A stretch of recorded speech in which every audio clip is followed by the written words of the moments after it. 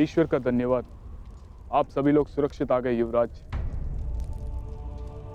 सुरक्षित तो हम तभी हो गए थे जब काका श्री विदुर ने हमें षड्यंत्र के बारे में बता दिया था।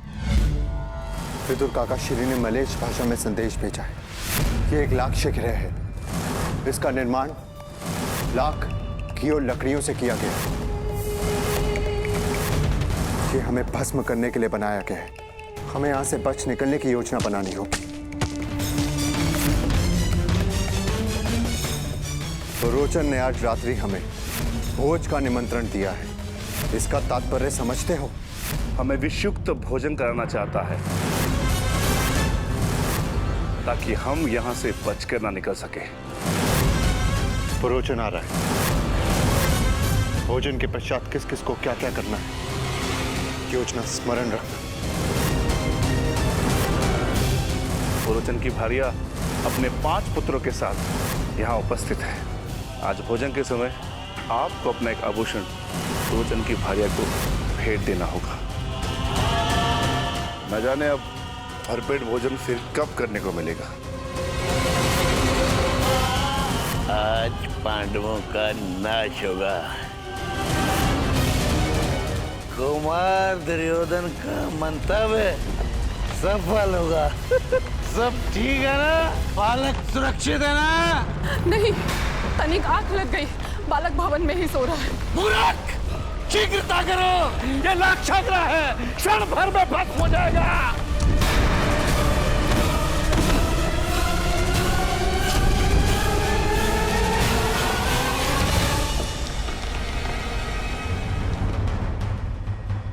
किस ओर युवराज? हस्तिनापुर। नहीं, हस्तिनापुर से कहीं दूर। क्यों माता? हमें शीघ्र ही हस्तिनापुर पहुंचना चाहिए, नहीं तो सब समझेंगे कि हम काल में समा गए। अच्छा है ना, मैं भी यही चाहती हूँ कि सब यही समझे। बार बार तुम्हारे प्राणों पर आक्रमण तो रुकेगा, परंतु माता, दुर्योधन ने हमारी हत्या का प्रयास किया है और वो राजा बनने के लिए कोई चक्र रचता जा रहा है। हमें उससे प्रतिकार लेना ही होगा। उसके प्रतिकार के पश्चात वो फिर तुम पर प्रहार करेगा।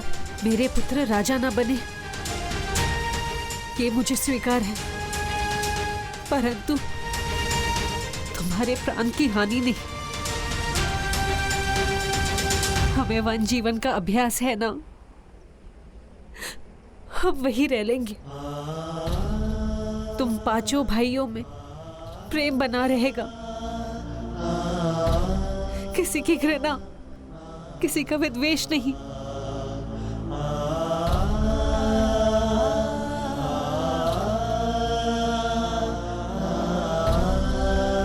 हम हस्तिनापुर नहीं जाएंगे। अपनी माता की विनती नहीं मानोगे?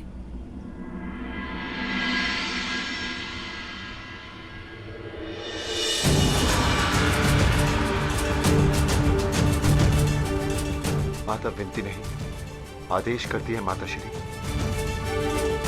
हस्तिनापुर तो क्या, आपकी प्रसन्नता के लिए संसार भर का राज्य त्याग सकते हैं हम हस्तिनापुर नहीं जाएंगे।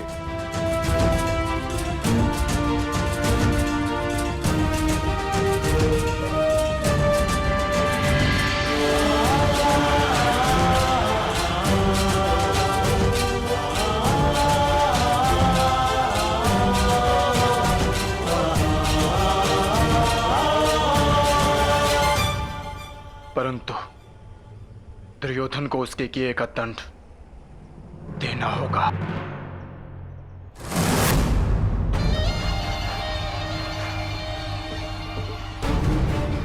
आनंद आ गया,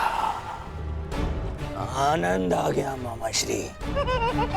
हमारी 5 बाधाएं एक साथ समाप्त हो गई, एक साथ समाप्त हो गई। हाँ मेरे होने वाले सम्राट।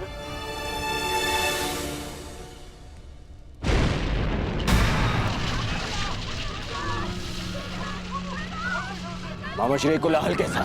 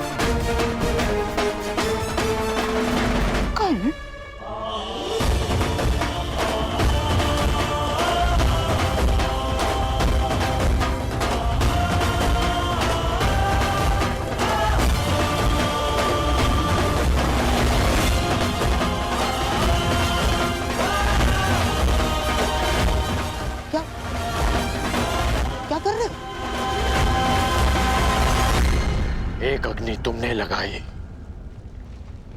और एक मैंने।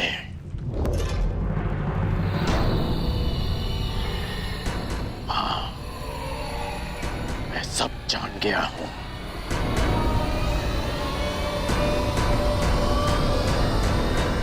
अब क्या करोगे?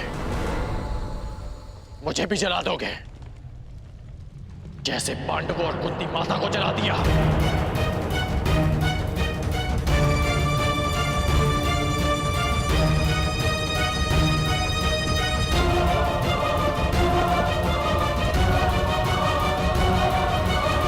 मित्रगण, ये सब क्या हो रहा है? वारनाव्रत की अग्नि है ये।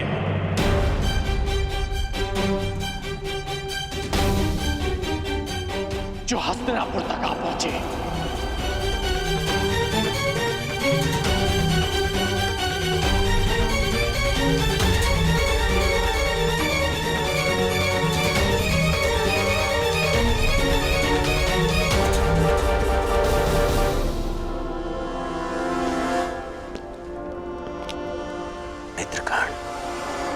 मित्रगण,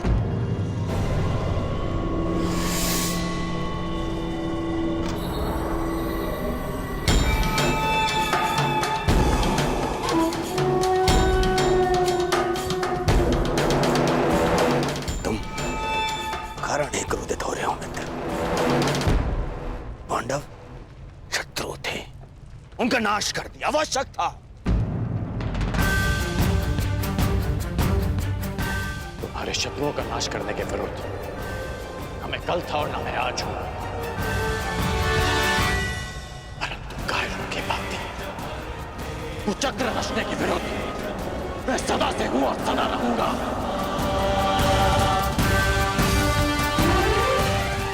क्या तुम्हें अपने मित्र के शस्त्र बल पर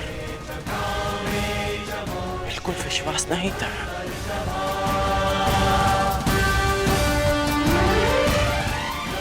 तुम केवल अपने शत्रुओं को युद्ध के लिए ललकारते और मैं स्वयं तुम्हारे लिए उन्हें पराजित करके उन्हें तुम्हारे चरणों में प्रस्तुत कर देता। यही तो तुम्हारी समस्या है कर्ण। तुम सदा शस्त्र उठाने को तत्पर रहते हो, परंतु राजनीति में युद्ध केवल रणभूमि में नहीं होते और ना ही शस्त्रों से लड़े जाते, क्योंकि षड्यंत्र ब्रह्मास्त्र से भी अधिक घातक अस्त्र होता है और जिनको बातों से, बुद्धि से परास्त किया जा सकता है, उनके लिए युद्ध क्यों?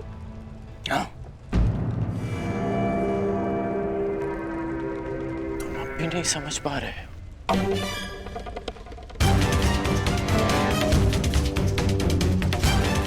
जिसने भीम को विष देकर मारना चाहा,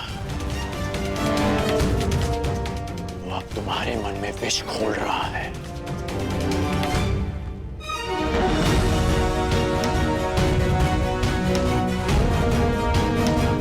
तुम्हारा शुभचिंतक होने का ढोंग करने वाला तुम्हारा ये मामा तुम्हें पथभ्रष्ट कर रहा है। इसकी चाल में मत फंसना मित्र। बस कर।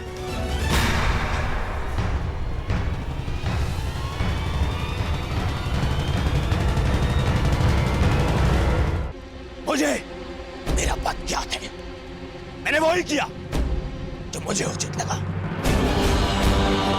भूल गए कैसे उन पांडवों के कारण मुझे ही नहीं तुम्हें भी कितना मान सहना पड़ा था कर्ण। उनका नाश आवश्यक था, मांग चाहे जो भी हो।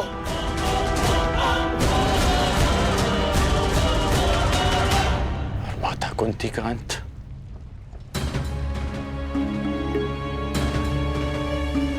क्या वो भी उचित था मित्र?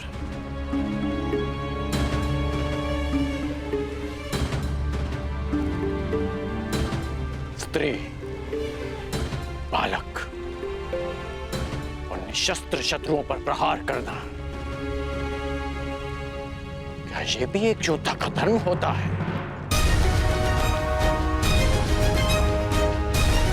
बताओ मित्र, बताओ।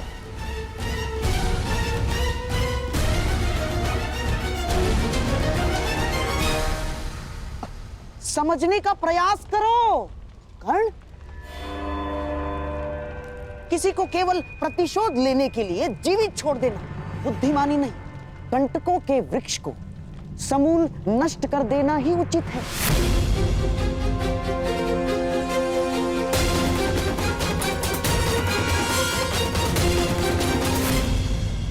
ठीक कहा आपने।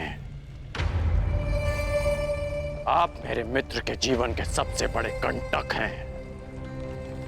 तो आज मैं आप ही का अंत कर देता हूं।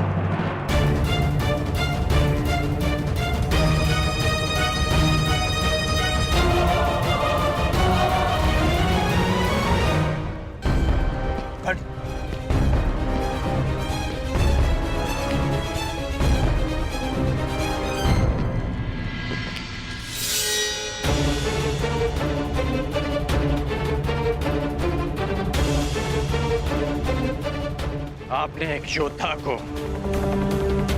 षड्यंत्र रचना सिखाया और आज मैं आपको सिखाऊंगा कि एक सच्चा योद्धा युद्ध कैसे करता है।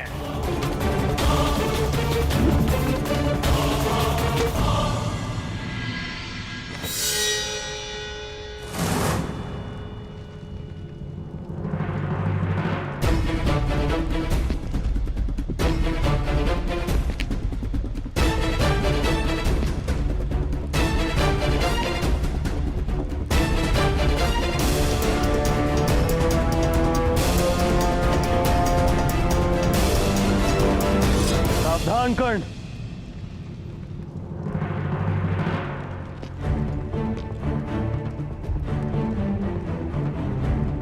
अपनी सीमा में रहो। मत भूलो कि तुम्हें राजा किसने बनाया है। ये मत भूलो कि तुम किससे बात कर रहे हो। मैं उससे बात कर रहा हूं जिसके पास न क्षत्रिय का साहस है और ना ही राजा की मर्यादा। कर्ण,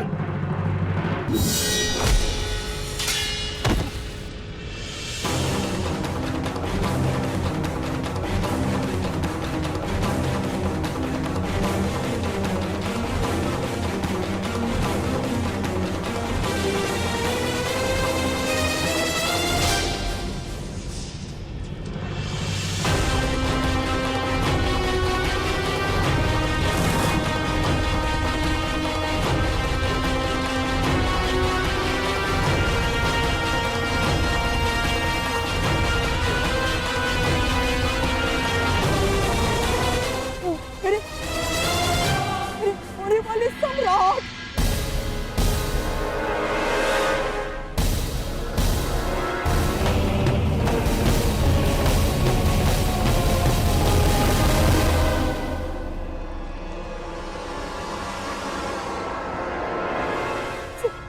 सम्राट,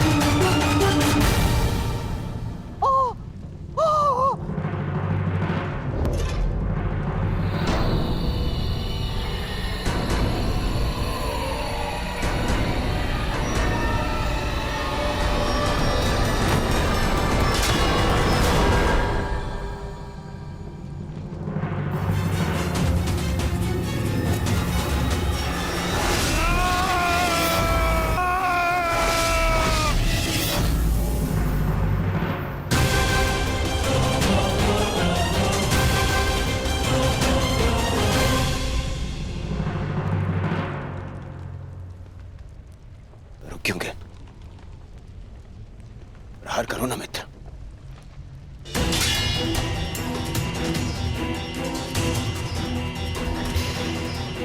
मैंने वचन लिया था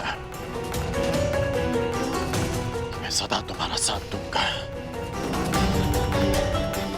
परंतु कुचक्र में नहीं, षड्यंत्र में नहीं।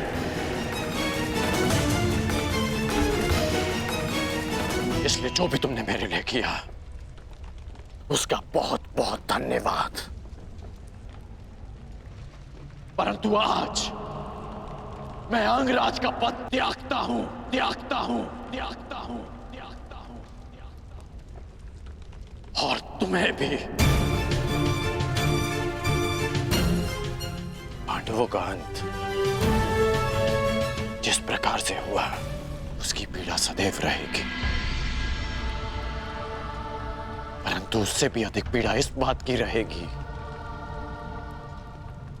कि मेरा मित्र अनुचित मार्ग पर चला गया, कि एक योद्धा कायरता के मार्ग पर चला गया।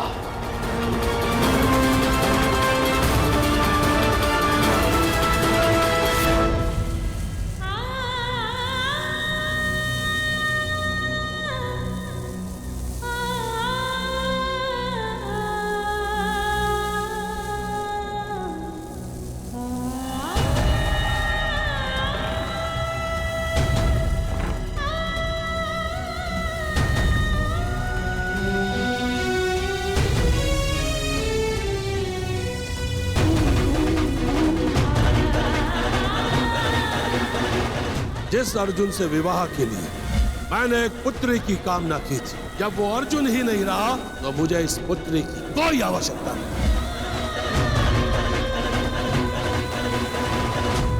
जीवन यात्रा का प्रारंभ हो चुका है।